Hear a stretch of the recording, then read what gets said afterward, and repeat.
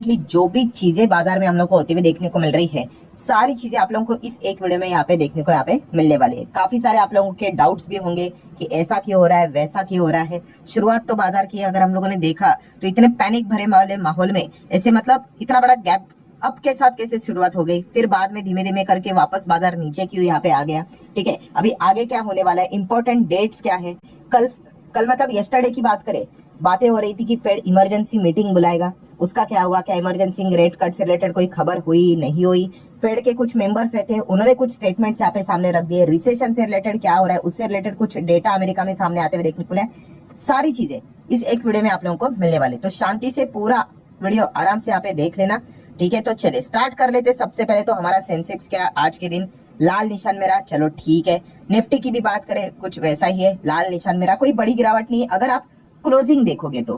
But जिन्होंने market शुरुआत से देखा, ठीक है, उनके लिए आज का भी ये लाल निशान मतलब थोड़ा सा बुरा ही लगेगा उनको। क्यों? क्योंकि बहुत अच्छे खासे गैप अप के साथ हम लोग यहाँ पे ओपन हुए थे।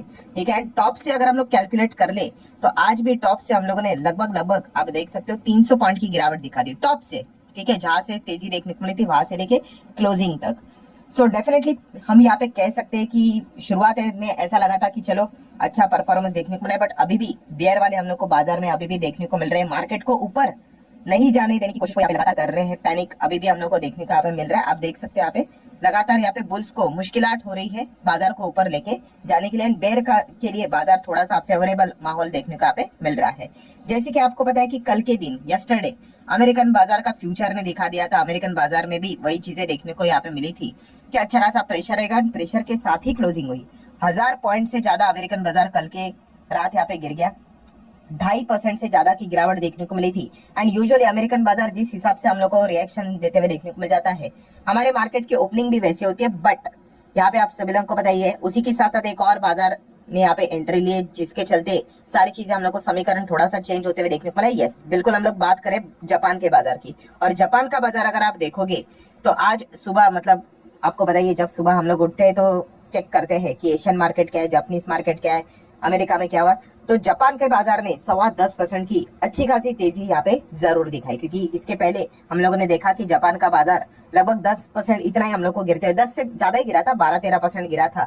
और आज के दिन की बात करें सुबह तो 10-10.25% की हम लोग को अच्छी खासी रिकवरी भी देखने को यहाँ पे मिल गई। सो डेफिनेटली इसी चीज के चलते हम यहाँ पे कह सकते हैं कि जो एशियन मार्केट थे उन्होंने थोड़ा बहुत ठीक परफॉर्मेंस यहाँ पे दिखाया, इसलिए हमारा ओपनिंग यहाँ पे ठीक ठाक रहा। सो बेसिकली अगर देखा कि अच्छा, काफी लोगों के ये भी सवाल यहाँ पे आ ही जाते, उसको भी हम लोग कवर कर ही लेते हैं। ठीक है, अभी देखा कि ये तो कोई शेयर बाजार से रिलेटेड चीज तो है नहीं, ये तो स्कूल में सीखने वाली चीज है। मतलब अरे सर देखिए, कल के दिन तो 10% के आसपास क्रैश हुआ। ठीक है, आज के दिन देखिए 10% की रिकवरी हो गई। मतलब बोलते हैं ना कि खामा का लोग यहाँ पे डराते रहते, खामा का ये चीज यहाँ पे चलती रहती है। अरे भाई ऐसा नहीं होता है, मैंने कितनी बार आप लोगों को बताया है। ये बेसिक चीजें हैं। कौन सी? कि काफी लोग ये मिस्टेक करते रहते भाई, कोई भी स्टॉक अगर 10% माइनस में गया है एंड कोई भी स्टॉक अगर 10% प्लस में, भाई वो उसको सेम मान लेते हैं। अरे ऐसा बिल्कुल भी नहीं होता है। अगर आप ऐसा सोच रहे हो तो अगेन कहना चाहूंगा, स्कूल में जाना पड़ेगा आपको, 4th स्टैंडर्ड में बैठना पड़ेगा, आपको बेसिक मैथ सीखनी पड़ेगी। -10% इज नॉट इक्वल टू 10% और एनीथिंग। -40% प्लस 40% क्या ये सेम होता है? अरे बिल्कुल भी नहीं। ठीक है, मैंने इसके रिलेटेड भी आप लोगों को एक बात बताई थी। शेयर बाजार की बात कर ले, शेयर बाजार में एक स्टॉक कितना तेज हो सकता है, कितना भी। आपने देखा है स्टॉक में 500% की रिटर्न, 600% की रिटर्न लॉन्ग टर्म में देखे कि नहीं? अरे इससे भी ज्यादा देखे, 1000 के भी देखे, 2000 के भी देखे, 2500 के देखे। ठीक है, 7000%, कुछ भी आपको रिटर्न प्लस में देखने को आप मिल जाएंगे। कभी -2000%, -7000% कभी ऐसा देखा है नहीं। तो याद रखना, शेयर जब गिरता है ना तो मैक्सिमम वो कितना गिर सकता है? यस, -100%। -100 हो गया तो वो जीरो हो गया स्टॉक। ठीक है, और प्लस होने के लिए भाई, वो प्लस होने के लिए कितना भी भाग सकता है। तो ये मैं आप लोगों को मतलब आप देख सकते हैं, शेयर मार्केट छोड़ के गणित सिखा रहा हूँ आप लोगों को कि ये जो आप कह रहे हो कि भाई कल के दिन जो गिरा था -10% और आज देखो 10% रिकवरी हो गई, अरे सब कुछ तो ठीक हुआ। अरे किधर ठीक हुआ? ऐसा नहीं होता है भाई, वो तो छोटा सा ही रिकवरी है। अगर आप चेक करोगे 5 दिन का चार्ट पैटर्न, ये देखिए यहाँ से आ गिरा, ये 10% की तेजी तो बस इतनी सी नजर आ रही है। ठीक है, तो ये इस चीज को सेम मत समझ लेना। अगर मैं इसको कैलकुलेशन के हिसाब से अगर आपको एक एग्जांपल ही दे दूं तो देखिए, 100 रुपए पे अगर कोई स्टॉक था, अच्छे से सुन ले, एंड अगर वो 90% क्रैश हुआ, 90%, तो कितना हो गया? उड़ गया उसका, 90 उड़ गया, मतलब बचा कितना? 10। अगर नेक्स्ट दिन वही स्टॉक 90% और भागा तो क्या वो 90% गिरा, 90% भागा सेम, मतलब क्या वो वापस 100 पे जाएगा? अरे नहीं, वो 19 ही रह गया। आप समझ रहे हैं यहाँ पे? मतलब अगर वो 10 पे अगर कोई स्टॉक आता है, अगर उसको वापस 100 होना है तो पता है कितना भागना पड़ेगा? अभी उसको 900% भागना पड़ेगा, तब जाके वो 100 होगा। ये बेसिक गणित आपको समझ में यहाँ पे आना चाहिए। और यही गड़बड़ काफी लोगों की अदानी के स्टॉक्स में भी हुई थी। ठीक है, मैंने तभी इससे रिलेटेड वीडियो भी बनाया था, जो हमारा दूसरा चैनल है free stock market classes. Adani का शेयर जबरदस्त गिरते हुए देखने को यहाँ पे मिला था। आप देख सकते हैं, देखिए टॉप लेवल से स्टॉक यहाँ पे 85% गिरा था। ठीक है, 85% क्रैश हुआ था स्टॉक, तो 100% से ज़्यादा गिर नहीं सकता। सो 85% गिरने के बाद, ठीक है, तो जैसे कि पता है कि वो स्टॉक्स में सारी चीज़ें गड़बड़ वाली हम लोग को देखने को मिल रही थी। तो जैसे वो भागा तो लोग शुरू हो गए, अरे सर अभी बोलो, देखो ये तो 100% रिकवर कर गया करके। मैं बोला भाई अगर वो 100% रिकवर किया है, ठीक है, रिकवर नहीं कर सकते हम बोल सकते उसने रिटर्न दिया, बॉटम से दिया है, तो वो स्टॉक तो यहाँ पे आना चाहिए ना, जो अभी हम लोगों ने यहाँ पे देखा। ये देखिए नीचे से आप 100% कह रहे हो, तो यहाँ तक क्यों नहीं आया? गिरा तो 85 था, भागा तो 100 ही भागा, क्योंकि वो यही से भागा भाई। अगर उसको यहाँ तक वापस आना है ना, तो ये देखिए ये वाला और ये वाला कैलकुलेशन करो कितना रहेगा, देखिए लगभग तो आप चेक कर सकते हैं। देखो 925% भागना पड़ेगा यहाँ से, तब जाके वो यहाँ तक पहुँच पाएगा।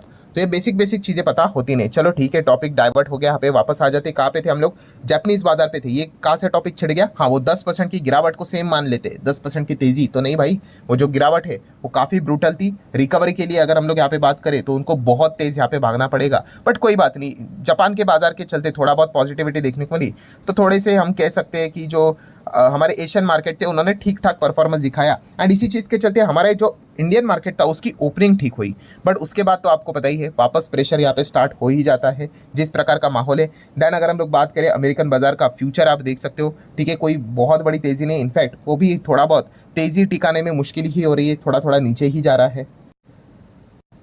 देन अगर हम लोग बात करें हमारा बाजार चलते वक्त यूरोपियन बाजार चलते, तो यूरोपियन बाजार में भी ज़बरदस्त गिरावटें देखने को मिली थी। तो क्या ये कैसा चल रहा है यूरोपियन बाजार? बिल्कुल म्यूटेड है, 0.15, 0.19 डाउन, 0.13 थोड़ा बहुत ऊपर, तो थोड़ा सा फ्लैट परफॉर्मेंस देखने को मिल रहा है। देन अगर हम लोग बात करें दोस्तों, तो डेफिनेटली अमेरिका से रिलेटेड काफ़ी खबरें हम लोग को देखने को मिल गई। अमेरिका से रिलेटेड काफ़ी डेटा सामने आते हुए देखने को मिला, क्योंकि आपको पता ही है डेटा ही इंपॉर्टेंट रोल प्ले करेगा, जो हमें बताएगा कि क्या अमेरिका वाकई रिसेशन में जा रहा है कि नहीं जा रहा है। ठीक है, तो एक डेटा सामने आ गया ISM सर्विसेज की अगर हम लोग बात करें तो, ठीक है, तो एक्सपेक्टेड था 51.0 जुलाई के डेटा की बात करें, ऑब्वियसली जुलाई कंप्लीट हुआ तो जुलाई की बात करेंगे, एंड एक्चुअल में कितना आया? 51.4 आया, मतलब लिटिल बिट थोड़ा सा बेटर परफॉर्मेंस हम लोग को देखने को यहाँ पे मिल गया। एंड इसी चीज़ के चलते हम कह सकते हैं कि जो जुलाई का जो परफॉर्मेंस था सर्विस सेक्टर का, वो थोड़ा सा रिबाउंड वाला देखने को मिला। एम्प्लॉयमेंट थोड़ी बहुत रिकवरी देखने को मिल गई। बस ये थोड़ी सी एक सांत्वना वाली बात देखने को यहाँ पे मिल चुकी है कि फिलहाल तो चीज़ें रिसेशन में देखने को यहाँ पे नहीं मिल रही करके। एंड देन अगर हम लोग बात करें दोस्तों, तो फेडरल रिजर्व, वहाँ की जो सेंट्रल बैंक है, ठीक है, काफ़ी लोग यहाँ पे हंगामा मचा रहे हैं। सोशल मीडिया के ऊपर ही आज के ज़माने में हंगामा होता है, ठीक है। एंड इसी चीज़ के चलते अगर हम लोग बात करें दोस्तों, तो फाइनली फेडरल रिजर्व के जो ऑफिशियल्स है, ठीक है, तो उन्होंने आके बोल दिया भाई हमारा अमेरिका अभी भी रिसेशन में नहीं है। जिस प्रकार की बातें यहाँ पे बोली जा रही है रिसेशन आ गया, तो ऐसा कुछ भी रिसेशन देखने को नहीं मिल रहा है। एंड जो अभी हम लोगों ने डेटा भी देख लिया, ठीक है, उससे भी पता चल रहा है कि अभी तक वो रिसेशन में जाते हुए देखने को यहाँ पे नहीं मिल रहे। देन अगर हम लोग यहाँ पे बात करें तो कल के दिन जो हल्ला यहाँ पे मच रहा था, अरे भाई इमरजेंसी रेट कट करो, इमरजेंसी मीटिंग बुलाओ, तो फेड ने यहाँ पे बोल दिया कि हम लोग यहाँ पे emergency meeting and emergency rate cut यहाँ पे करने नहीं जा रहे हैं। I am not calling for an emergency Fed rate cut, ठीक है, मतलब जो वो बातें करने यहाँ पे आए थे कि किसी ने ना किसी ने तो सामने यहाँ पे आना चाहिए कि जब ये चीज़ें चल रही थी, तो उन्होंने बोला कि भाई अगर मैं सबसे पहले उन्होंने यही बोला आते वक्त कि भाई मैं कोई यहाँ पे इमरजेंसी रेट कट करने के लिए यहाँ पे नहीं आया हूँ, बट उन्होंने यही बात बोली है कि आने वाले समय में, ठीक है, वही फेड के पॉलिसी मेकर है, उन्होंने बताया, उन्होंने सिग्नल दिया है कि रेट कट आपको ज़रूर देखने को यहाँ पे मिल सकता है करके। वो गारंटी से तो बात नहीं करेंगे कि होगा ही करके, क्योंकि डेटा ड्रिवन मार्केट है भाई,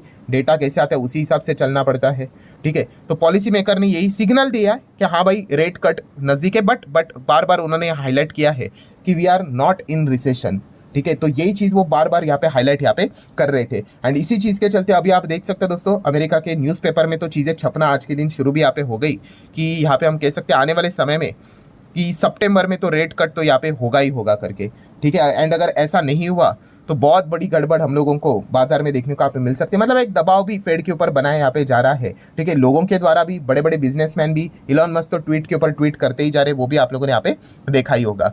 मतलब बेसिकली हम कह सकते हैं दोस्तों कि 17 और 18 सितंबर ये दिन काफ़ी इंपॉर्टेंट रहने वाला है अमेरिका के लिए और पूरे दुनिया के बाजार के लिए, कि एफओएमसी की बैठक में क्या होता है करके, ठीक है, रेट कट होता है कि नहीं, क्योंकि अभी तो लोग तो भाई पूरे परेशानी हो चुके हैं कि अभी नहीं तो कब, ठीक है। और 3 ही तो मीटिंग बची है, सितंबर, नवंबर एंड दिसंबर, फिर इसके बाद ये साल भी खत्म। लास्ट दिसंबर में बोला था कि इस साल 3 रेट कट होंगे, अभी तक एक रेट कट का आता पता नहीं है, तो एक देखने वाली बात तो जरूर है। एंड ऊपर से इलेक्शन भी है। सो सबसे इंपॉर्टेंट चीज़ अभी तक हम लोगों ने क्या देख ली कि फेड की इमरजेंसी मीटिंग यहाँ पे उन्होंने कंडक्ट नहीं की। हाँ, उनके मेंबर जरूर है, पहले ही आके उन्होंने बोल दिया भाई कि मैं इमरजेंसी रेट कट के लिए नहीं आया हूँ, आपको ये संबोधित करने के लिए आया हूँ कि हम लोग रेट कट का विचार यहाँ पे कर रहे हैं सितंबर से रिलेटेड। इसकी पॉसिबिलिटी बहुत ही हायर लेवल की है, हाँ, बट हम लोग रिसेशन में यहाँ पे नहीं है, तो ये एक अच्छी बात उन्होंने सामने यहाँ पे रख दी।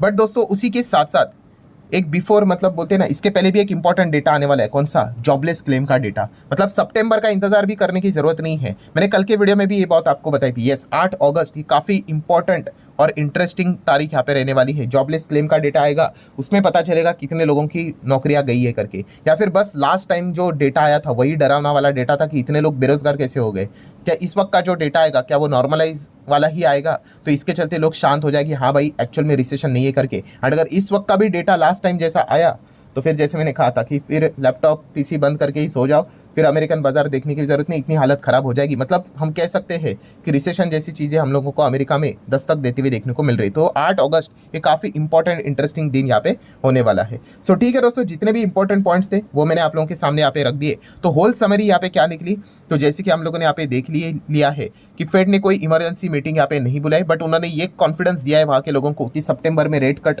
काफ़ी नज़दीक है करके, ठीक है। देन उन्होंने ये भी कहा कि हम लोग अभी तक रिसेशन में यहाँ पे नहीं है करके, क्योंकि डेटा के हिसाब से ही चीज़ें तय की जाती है कि रिसेशन में है कि नहीं, तो ऐसा डेटा तो फिलहाल तो यहाँ पे चीज़ें बता नहीं रहा है करके। बट जैसे कि आपको कहा कि अभी भी अगर देखा गया तो जो सिचुएशन है थोड़ा सा हम कह सकते हैं कि बियर वालों की ही कब्जे में थोड़ी बहुत देखने को यहाँ पे मिल रही है, क्योंकि कॉन्फिडेंस चाहिए बुल को मार्केट ऊपर लेके जाने के लिए। एंड बार बार जो खबरें, डेटा प्लस वो मिडल ईस्ट का बीच बीच में नाटक सामने आ जाता है, तो इस चीज़ के चलते बाजार में थोड़ा बहुत प्रेशर देखने को यहाँ पे मिल जाता है। सो अभी तक ये पूरा जो ड्रामा था वो हम लोग को देखने को यहाँ पे मिला। एंड इसी चीज़ के चलते हमारे बाजार की ओपनिंग तो अच्छी हुई थी, बट उसी प्रेशर के चलते वो थोड़ा बहुत नीचे यहाँ पे आ गया। तो ग्लोबल मार्केट आज के दिन म्यूटेड ही देखने को मिल गए। अभी अमेरिकन बाजार कैसा आज के दिन रिएक्ट करता है वो देखने वाली बात रहेगी। वैसे तो उसका फ्यूचर ने कोई बहुत बड़ा रिएक्शन नहीं दिखाया है, सो शायद से अमेरिकन बाजार के हिसाब से भी हम कह सकते हैं म्यूटेड ही परफॉर्मेंस देखने को मिल जाए, अनटिल एंड अनलेस कोई एक अनसर्टेनिटी वाली खबर